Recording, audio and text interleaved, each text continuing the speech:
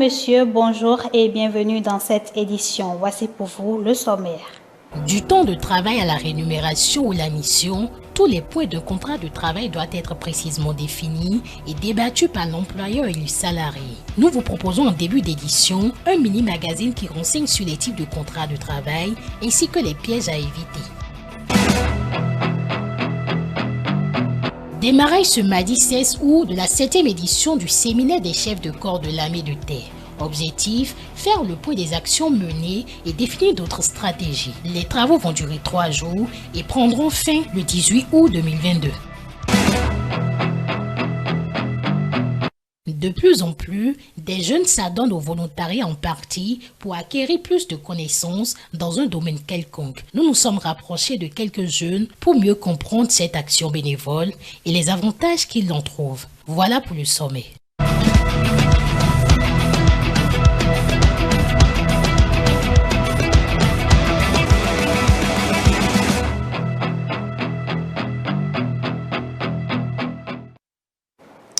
Merci de nous préférer pour vous informer. L'exercice d'une activité au sein d'une entreprise nécessite entre employeur et employé des préalables matérialisés par le contrat de travail qui est un document définissant les obligations de chaque partie. Il s'agit entre autres du poste ou la nature du travail du salarié, sa rémunération, la période de travail et autres. Pour éviter toute confusion liée à l'application des termes, il est indispensable de bien le lire et le comprendre avant signature. On suit cet élément qui nous renseigne sur les types de contrats de travail ainsi que les pièges à éviter dans ce document.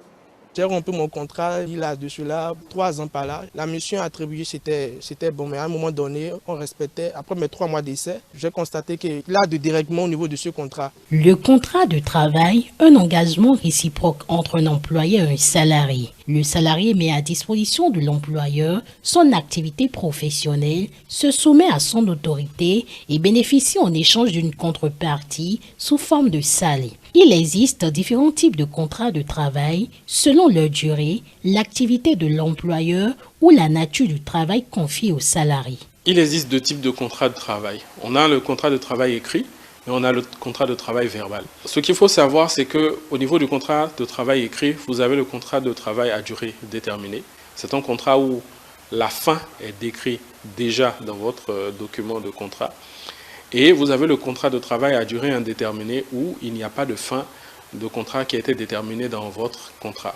Ensuite, le contrat de travail oral ou qu'on appelle généralement le contrat de travail verbal, il est généralement considéré comme un contrat de travail à durée indéterminée parce qu'un contrat de travail verbal n'a pas de fin déjà déterminée en réalité par les 2 parties. Cependant, certaines clauses en apparence anodines peuvent avoir de lourdes conséquences. Dans un contrat de travail, les pièges à éviter. Déjà, la première des choses, c'est de savoir que lorsqu'on vous remet un contrat de travail, il faut exiger le temps de lecture du contrat de travail qui va vous permettre, par exemple, d'aller présenter votre contrat de travail à un conseil juridique ou à un avocat pour avoir plus d'informations sur le contrat de travail. Le deuxième piège à éviter, c'est de laisser systématiquement le rôle à l'employeur de finaliser un contrat de travail qui n'est pas conforme peut-être à ce que vous avez eu sur la fiche de poste. Donc lire toujours le contrat de travail et comparer aussi ce sur quoi vous êtes entendu.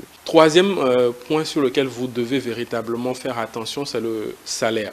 Il faut déjà le négocier en net et non en brut. Pour Sam Michel, le non-respect des clauses de contrat intervient aussi bien chez l'employeur que chez l'employé. En cas de non-respect des clauses du contrat, ce qu'il faut savoir, c'est que ça peut aller dans les 2 sens. Au niveau de l'employé, généralement, c'est lorsque vous avez un poste et que vous ne respectez pas tous les points émis à l'ordre de votre contrat. Généralement, lorsque l'employé est défaillant, ça aboutit très souvent à des situations de rupture de contrat de travail. L'employeur aussi peut être fautif. Certains employeurs peuvent faire preuve de dol pour vous recruter, c'est-à-dire on vous fait miroiter beaucoup de choses. Et lorsque vous arrivez sur le terrain, vous vous rendez compte qu'en fait, tout ce qu'on vous a miroité n'est pas réalité. De nombreux cadres courent le risque de passer à côté d'une clause ambiguë. Il est vivement conseillé de lire le contrat ligne par ligne, voire de le soumettre à un spécialiste en droit social avant de s'engager, estime le juriste.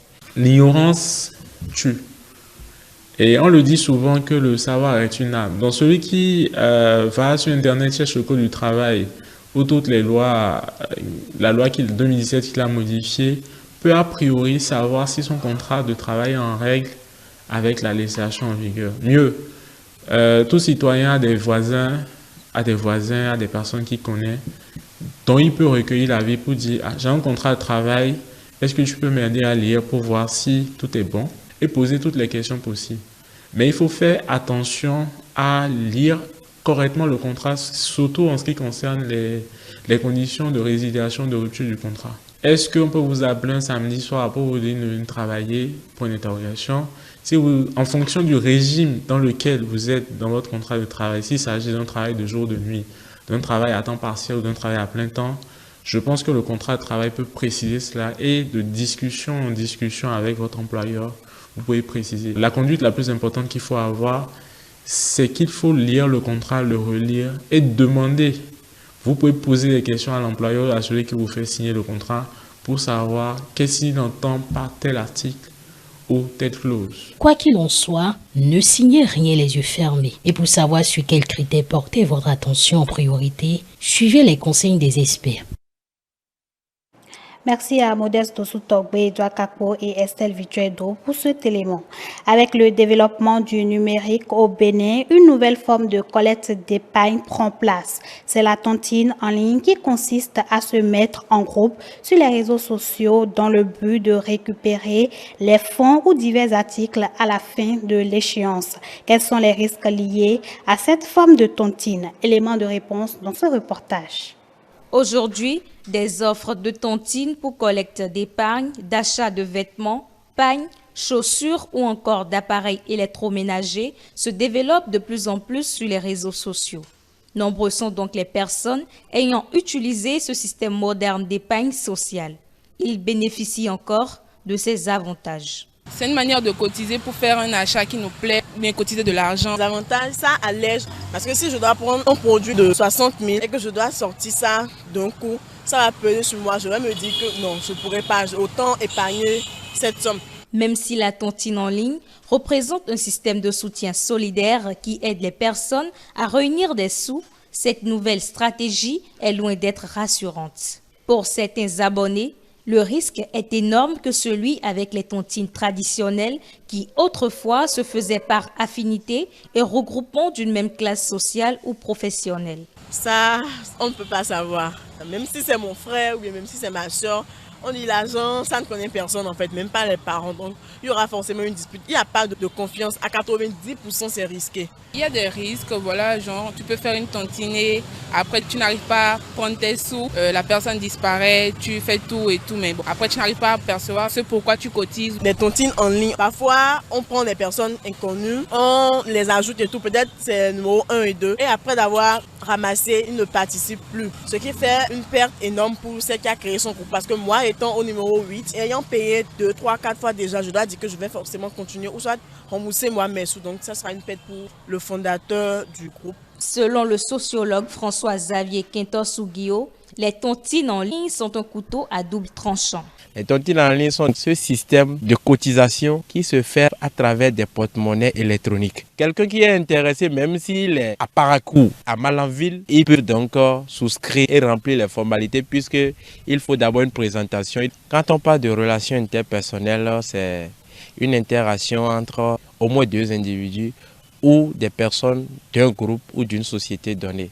Et donc, les tontines en ligne seront vues sous 2 angles. Par rapport au premier, il faut dire que cette tontine vient légiférer donc le vivre ensemble des gens qui ne se connaissaient pas, qui s'apprennent maintenant à se faire confiance et à se partager des choses. Puisqu'au-delà de cette tontine qu'ils alimentent, ils arrivent même à se communiquer entre eux, à aller à l'entraide des uns des autres, qui sont adhérents à ce système de tontine en ligne. Sous cet angle-là, les tontines en ligne facilitent et encouragent donc les relations interpersonnelles. Dans le deuxième angle, je dirais, on prend l'exemple de groupes de tontine en ligne, où ce n'est pas des gens qui se sont connus préalablement. Et c'est des individus venus de part et d'autre de la société qui ont accepté parce qu'il y a tontine en ligne, oui, nous avons adhéré et nous allons cotiser. Et on sait que quand on fait une tontine, c'est à chacun des membres à tour de rôle qui ramasse. Arrivé à des moments donnés, l'individu qui est à Parakou, que moi je ne connais pas en tant que garant de cette tontine, et qui a peut-être déjà ramassé, et qui n'arrive plus à tempérer, vous voyez déjà que ça peut déstabiliser la relation interpersonnelle que j'ai envers ce dernier. La conséquence des tontines en ligne donc va dans le sens des insuffisances qu'il montre par rapport à ces individus de peu de foi qui utilisent des systèmes de déviance pour déstabiliser la confiance que l'autre a placée en lui. Le caractère illégal de l'épargne empêche les adhérentes victimes d'escroquerie de saisir les juridictions afin de se faire rembourser. Ouverture hier mardi du séminaire des chefs de corps armés de l'état-major général. Pendant 3 jours, les officiers et chefs de corps vont faire le bilan de leurs actions, réfléchir en vue de trouver des solutions aux maux qui minent l'institution militaire. La cérémonie de lancement des travaux s'est déroulée en présence du ministre délégué auprès du président de la République chargé de la défense nationale. On suit le compte-rendu avec Émeric Okupeli et Isaac Mongo. Le ministre délégué auprès du président de la République chargé de la défense accueilli dans cette cour de l'état-major général des forces armées béninoises sous des honneurs militaires. C'est la 7e édition du séminaire des chefs de corps armés de l'état-major général qui s'ouvre dans un contexte un peu plus particulier. En effet, depuis décembre 2021, nos troupes prépositionnées dans la partie septentrionale du territoire national sont confrontées à des attaques provenant d'éléments instrumentalisés de groupes armés terroristes. Loin d'être une simple routine, ce séminaire permet aux cadres de l'armée de faire le point, de s'accorder et de repartir sur de nouvelles bases. C'est devenu une édition, une tradition, je dirais, mais c'est un exercice très important parce que ça nous permet de faire retour d'expérience sur l'année, de voir ce qui a été fait dans l'année, de les évaluer et de donner des directives pour l'année en cours, donc l'année N+1 à partir de septembre. Cette année, ce serait beaucoup plus centré sur les comportements à avoir sur ces terrains d'opération, le comportement du chef de corps, qu'est-ce qu'il faut avoir comme comportement pour avoir l'adhésion de toute la troupe et pour que la troupe suive strictement les règles de sécurité à leur prodiguer. Le ministre compte sur la capacité de ces éléments pour mettre en exécution la volonté politique du chef suprême des armées. C'est pourquoi il appelle les officiers et les chefs de corps à se départir des effets négatifs et d'éviter de se contenter des connaissances approximatives. Je vous demanderai donc de garder toujours à l'esprit que votre fonction est un sacerdoce qui existe humilité, capacité d'écoute des subordonnés et surtout générosité dans l'effort au service exclusif de l'intérêt général que représente l'institution militaire. C'est pourquoi votre compétence ne devrait jamais être mise en doute. Il faut noter que ce séminaire qui dure 3 jours est une initiative du chef d'état-major général des forces armées béninoises, le général Fruitier Baguidi. À la fin de la cérémonie d'ouverture, le ministre de la Défense, Fortuné Alain Noati, s'est prêté aux questions des journalistes sur les différentes attaques terroristes enregistrées au Bénin. Dans ses propos, l'autorité a rassuré de ce que tout est mis en place pour la sécurité de tous. On l'écoute. Je crois que le peuple béninois même constate que les attaques au Bénin ne se déroulent pas comme, je ne dirais pas, comme ailleurs, je dirais, comme du couteau dans du beurre.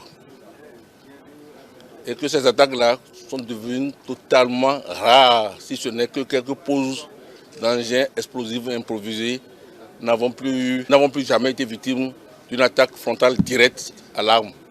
Ce qui veut dire que les attaques antérieures, ils en ont pris pour leur compte. C'est pourquoi ils évitent une confrontation directe. Mais quant aussi les engins explosifs et improvisés, on est en train de réfléchir pour amoindrir de plus en plus leurs nuisances. Le peuple béninois peut rester calme, tranquille, vaquer à leurs activités. Les forces de défense et de sécurité sont là pour leur sécurité. Servir la communauté sans rien attendre en retour est le leitmotiv de nombreux jeunes ces dernières années. Engagés au sein de diverses associations ou non, ils œuvrent dans plusieurs domaines. Un exercice leur permettant aussi d'acquérir de l'expérience et d'être professionnellement aguerris. Nous nous sommes rapprochés de certains d'entre eux qui ont bien voulu partager avec nous les raisons de cet engagement. Suivez.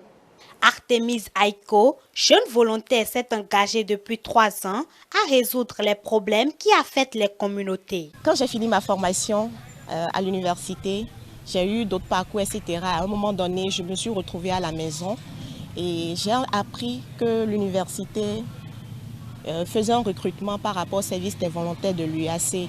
C'était en 2018 et j'ai postulé. Ça n'a rien à voir avec ce qu'on nous apprend à l'université ou tout ce qu'on a fait par le passé au collège et autres. C'est toute une autre réalité et c'était une formation vraiment très intense d'abord sur le plan des communications pour nous doter d'avoir un leadership, mais aussi sur le plan de l'immersion entrepreneuriale parce qu'à un moment donné dans la formation, il fallait aller sur le terrain, aller vers les autres pour pouvoir s'enquérir de comment ça se passe en tant qu'entrepreneur. À travers le volontariat, les jeunes contribuent d'une manière ou d'une autre au développement de leur cité. Il est non seulement bénéfique pour les citoyens, mais aussi et surtout pour ceux qui s'y adonnent. Et effectivement, je peux le dire, le volontariat me permet de subvenir à mes besoins.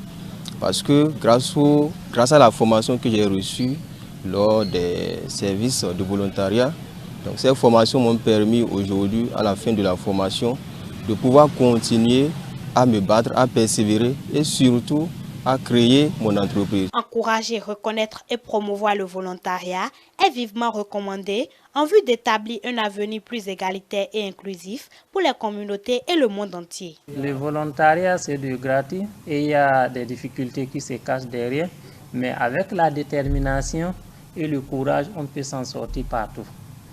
Parce qu'au niveau du volontariat, une fois que vous êtes par exemple sur le terrain, d'abord, il faut supporter tout ce que vous rencontrez comme difficultés financières, morales et physiques. Vous allez confronter ça et être courageux pour pouvoir mener bien son travail.